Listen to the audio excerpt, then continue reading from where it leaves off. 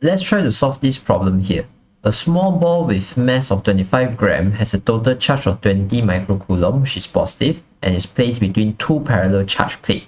So when you see the word two parallel charge plates, immediately you should think of a uniform electric field being produced in between the two plates. Okay, so the small ball is found to be in static equilibrium. So static equilibrium means by it is at rest, and you learned from last semester that if it's static equilibrium, the forces should balance each other out.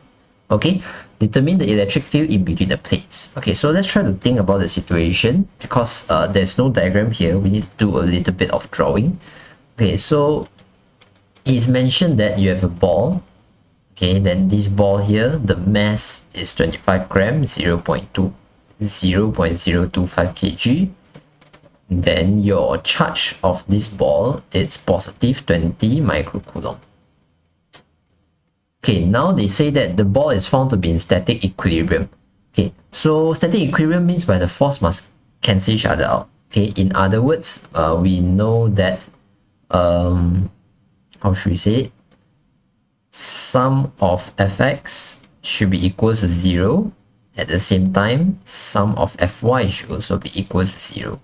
Only you're able to achieve static equilibrium. Okay, because you're not moving in the x-axis, you're not moving in the y-axis, right? So both axes, the forces should be in equilibrium. Okay, so what do you know? If you try to sketch a free body diagram for this ball over here, the one thing that you know that we must have for this situation, it's the weight. Because they give us a mass, the mass is 25 grams. Okay, usually in chapter 1, in electrostatic this chapter, usually we deal with protons, we deal with charges, we deal with electrons, we deal with like ions, lithium ions. We are talking about particles which are very, very light in terms of mass. They are at the order of around times 10 to the power of negative 27 kg, let's say for proton or neutrons. Or if we talk about electron, it's times 10 to the power of negative 31 kg. So they are so light that actually we usually ignore their mass. So we won't really consider the gravitational force acting on them. But for this situation here, we are talking not about an electron, not about a proton. We're talking about a small ball here. So this small ball here, they already provide you with a mass, 25 grams. This is much larger than those proton mass and electron mass that we talked about just now. Okay, so this mass here is too significant that we cannot ignore the gravitational force anymore. So therefore, for this situation, if we sketch the free body diagram, you see that the ball here will be experiencing a weight which is pointing downwards. Okay, so that's what we know for sure for this situation right now. So we say that this ball is in static equilibrium. That means by sum of fx is equal to 0, sum of fy is equal to 0. For sum of fx is equal to 0, it's actually logical for this case because you don't have any force on the left, you don't have any force on the right. So that's fine. There's no problem with sum of x's. Sum of fx is equal to 0.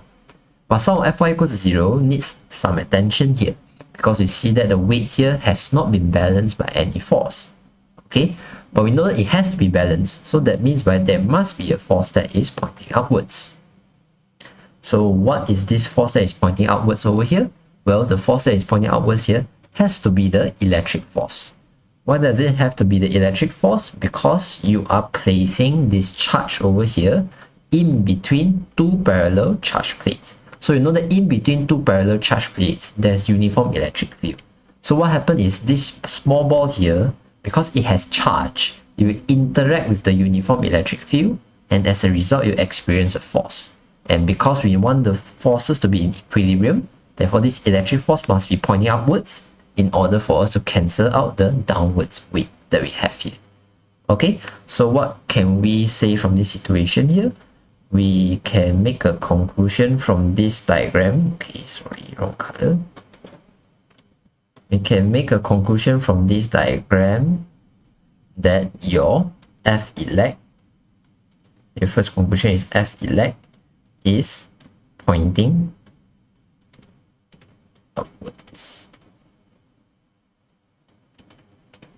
Okay, if we choose to determine the magnitude of this force, it can be done because we know that sum of Fy is equal to 0. That's why F elect, which is pointing upwards, will be positive. weight, which is pointing downwards, will be negative. They will cancel each other out. So F elect will be equals to weight. Then you can just substitute in mg, which is 0.025 kg, multiplied by 9.81. So from there, if you do a calculation, I believe you get the F elect to be equals to 0.245 Newton. Okay, and I believe this is the answer for A. Okay, so now let's continue to analyze this situation further. Okay, we know that this F elect happens because this charge interacts with the uniform electric field. So let's write it down. Okay, it's a continuation between A and B. No, there's no B. We are not talking about B here. We are still in A. Okay, so let's continue to discuss the situation. We know that this F elect here happens because small ball. Okay, let's write slowly. Small ball has charge. So what happened? Small ball will interact, or small ball interacts with uniform electric field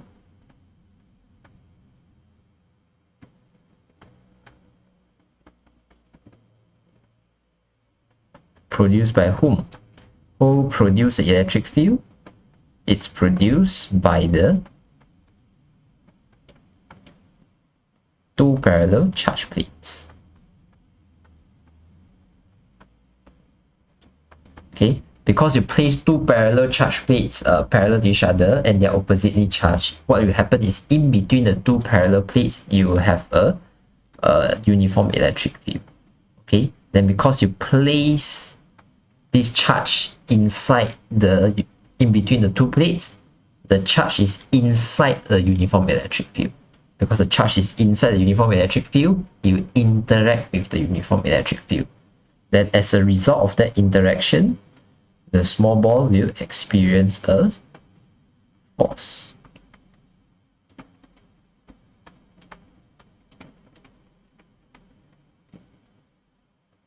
Okay, then the name of that force is F elect. Okay, so this is the picture that we should be imagining. It has charge, it is placed inside a uniform electric field, you interact with the uniform electric field, as a result it experiences a force. Okay, so because this is an interact process that we are talking about here, so let's try to study for interact what is its magnitude. For interact, what is its direction?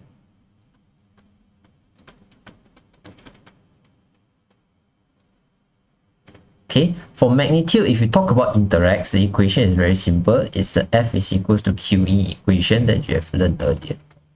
Okay, but for this situation, when we talk about this charge, I've already used capital Q, right? So this charge, capital Q here, is a charge that will interact with the uniform electric field. And because I put it as big Q already, then probably I should just write it as big Q. Okay, just to keep it consistent. Okay, so to understand this equation, what happened is big Q here of the small ball, or you can say the small ball here, interacts with the uniform electric field produced in between the two parallel charge plates. This Q interact with this E, as a result it experiences this force F elect. Okay, so now we understand how to use this equation. We can do our substitution. We know that the charge here is 20 microcoulomb, so we put in 20 microcoulomb. We don't know the electric field. The electric field is unknown. The electric field strength actually is unknown, but we know that the force experienced by the charge over here is 0.245. So you can put in 0.245. Then from here you are able to find the electric field strength magnitude, and the magnitude should be equals to 1.23 times 10 to the power of 4 Newton per Coulomb. Okay, so that is the magnitude of the electric field that this small ball is interacting with. Okay, so now we have done with the magnitude. Let's go to the direction. Okay, So direction, what do we know about direction for interact? Okay, we are focusing on interact. So what do we know about direction for interact? If it's positive, we know that the F elect and your electric field will have the same direction. Whereas if it's a negative charge that is interacting, then the force and the electric field will be in opposite direction. So what is the case over here? Which one is our case over here? We see that this small ball here is positively charged. That's why we are going to follow this upper statement over here, which says that F and E are in the same direction. We are going to use this statement over here. Okay, so knowing that F elect is pointing upwards,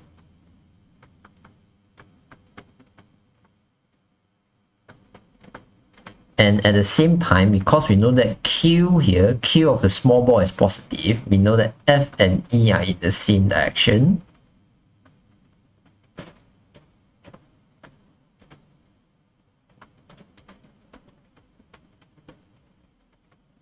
Okay, we can make a conclusion that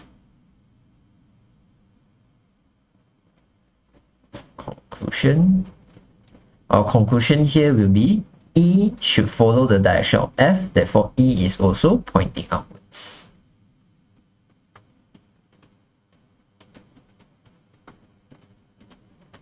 Okay, so we have already determined our magnitude, we have already determined our direction of electric field. We can state the electric field determined.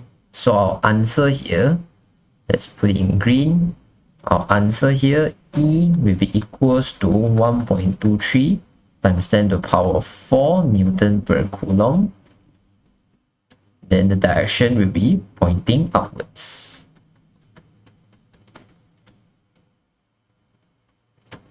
Okay, so that is us analyzing it systematically to deduce how will the electric field looks like. Okay, so to put it into diagram, right? So what happened here is we can have an electric field that is pointing upwards. Uniform electric field, so the arrow should be equally spaced. So this is our uniform electric field. If you want to think about how does this uniform electric field exist, it's because you have a pair of parallel charge plate. So you can think of it, there's a plate up here, there's a plate down here. You know that the electric field goes away from positive charge, go towards negative charge. So here is positive plate over here, then you have negative plate over here.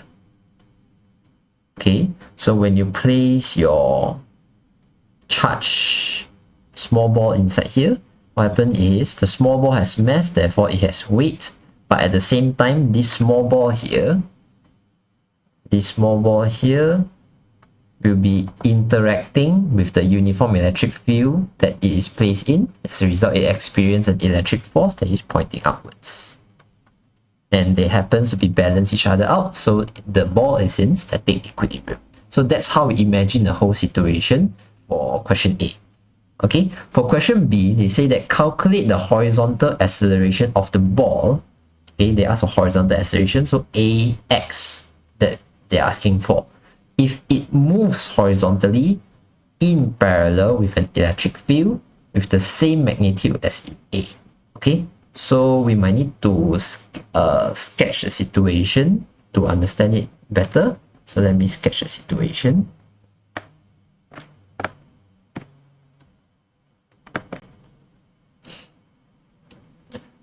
Okay, so for question B,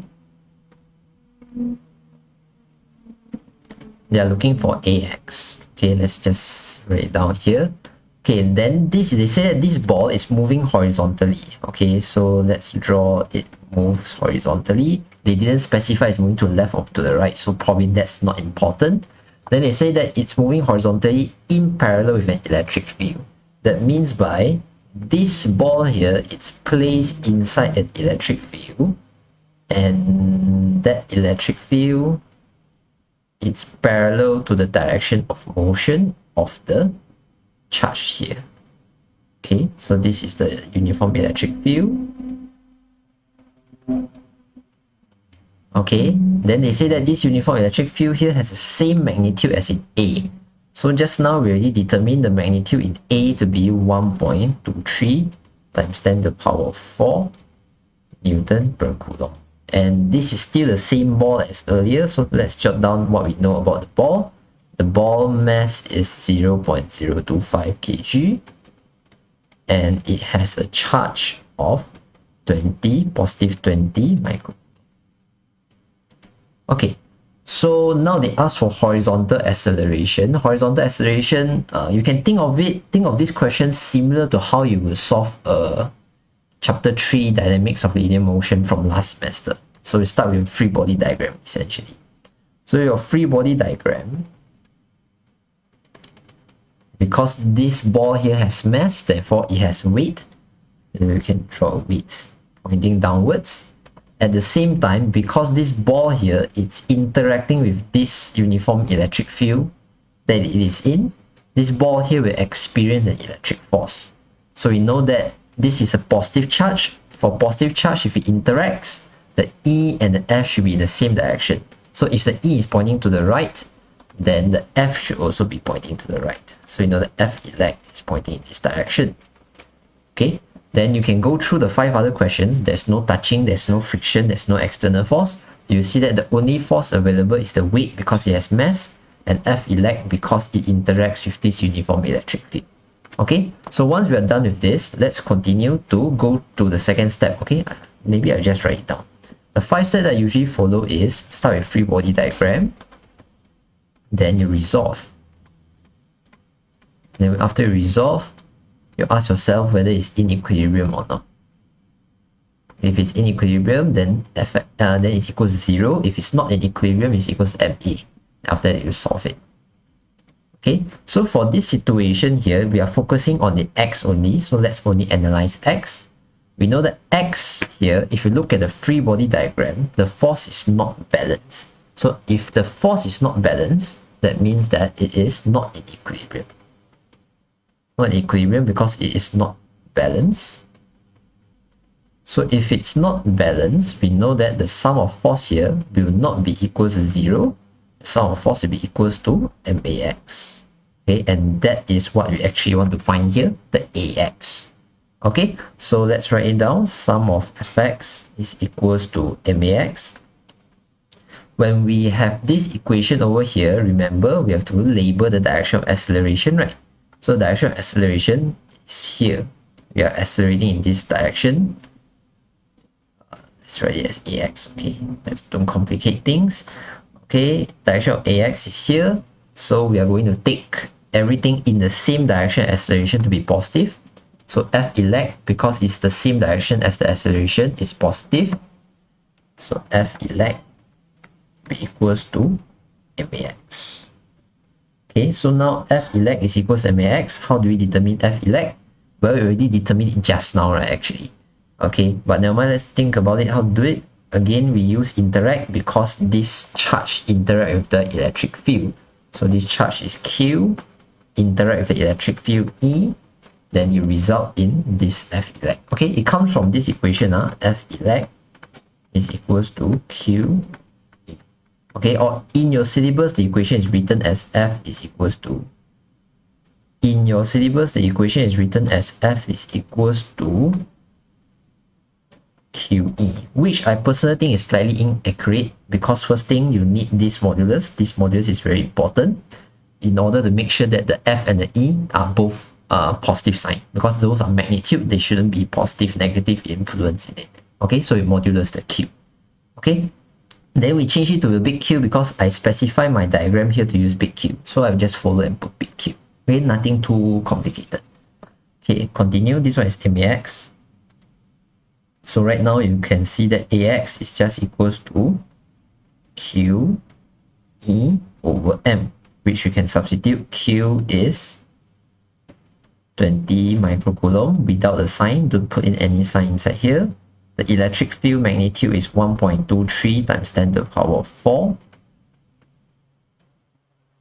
Then the mass of this ball is 0.025. Okay, so if you calculate everything, you'll find that AX is equals to, a coincidence. AX will be equals to 9.81 ms negative 2. Okay, so this is the horizontal acceleration of the ball. Okay, so means by this horizontal acceleration here be equals to 9.81 meter per second. Okay, if you think about it, then at the same time AY here will be negative 9.81 meter per second. Okay, because there's only weight, right? So it's similar to projectile motion Y component. There's only weight, so it's negative 9.81. Okay, so this is not projectile motion definitely, because there's more than one force acting on it. It's not just weight only. But from here you can see that they have the same value, because just now we say previous situation it was in static equilibrium, right? So the force need to balance each other out in situation A. But now we just change the electric force from going upwards, we change it to rightwards. So rightwards, you get the acceleration 9.81. It's not because it's gravity, it's because previously it balanced out the gravitational force. Okay, so that's it for question B, and I think that's it for this question as well. Thank you very much.